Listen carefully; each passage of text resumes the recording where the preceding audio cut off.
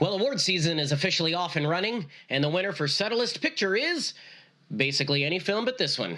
Thank you, and for all the competition, I will be cornering the market on charisma-free. So.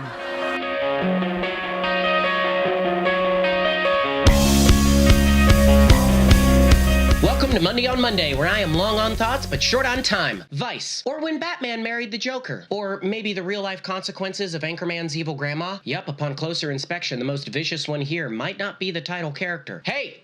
Bard! Iago! Yeah, go ahead and call this Othello. I don't care. No, seriously. Trust me. Okay, wow. McKay really went for it. This satirical thrill ride is equal parts delightful and gross, and he charms with more than luck. The cast is magically delicious, and Bale is on top of every moment like the overweight viper he is meant to portray. But the vision of McKay is unbridled insanity, with meta moments working in delicate unity to both satiate the angry fan and feed the angry critic.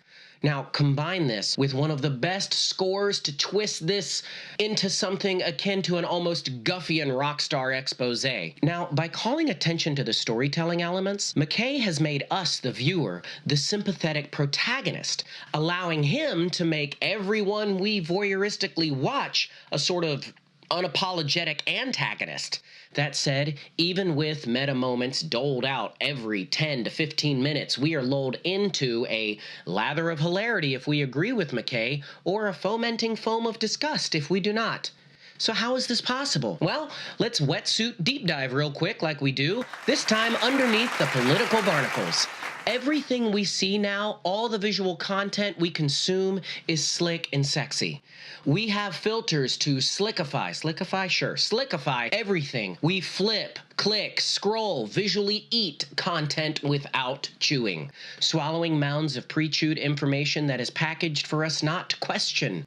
Our content consumption is growing at an exponentially faster rate than our contextual literacy, and that is terrifying. So here we have McKay's attempt to begin to rectify that. Because Dick Cheney is slick and sexy, those two adjectives should really only belong to Aquaman.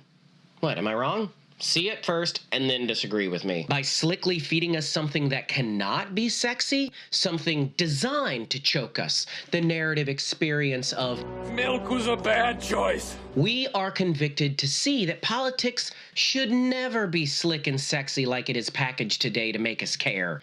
But it should always matter. Meaning we should care regardless. So not to go off the rails in my first post of the year, That escalated quickly. but this film is a not so gentle, that's an understatement, reminder that in all of us lie the power to choose.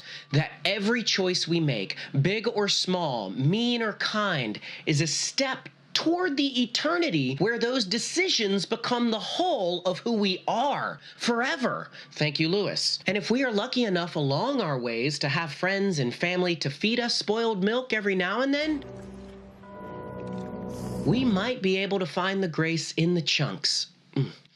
To stop and ask not what choices am I making, but rather what choices am I becoming? Thusly following, what am I doing with why am I doing it? Because as a wise man recently reminded me, if even the best people are broken people, then even the best governments will be broken governments.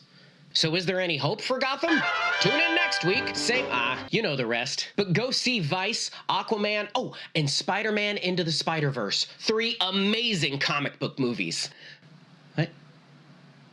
Oh, really? Well, apparently only 2 of those are comic book movies. Oh, and that's my Monday. Now back to yours.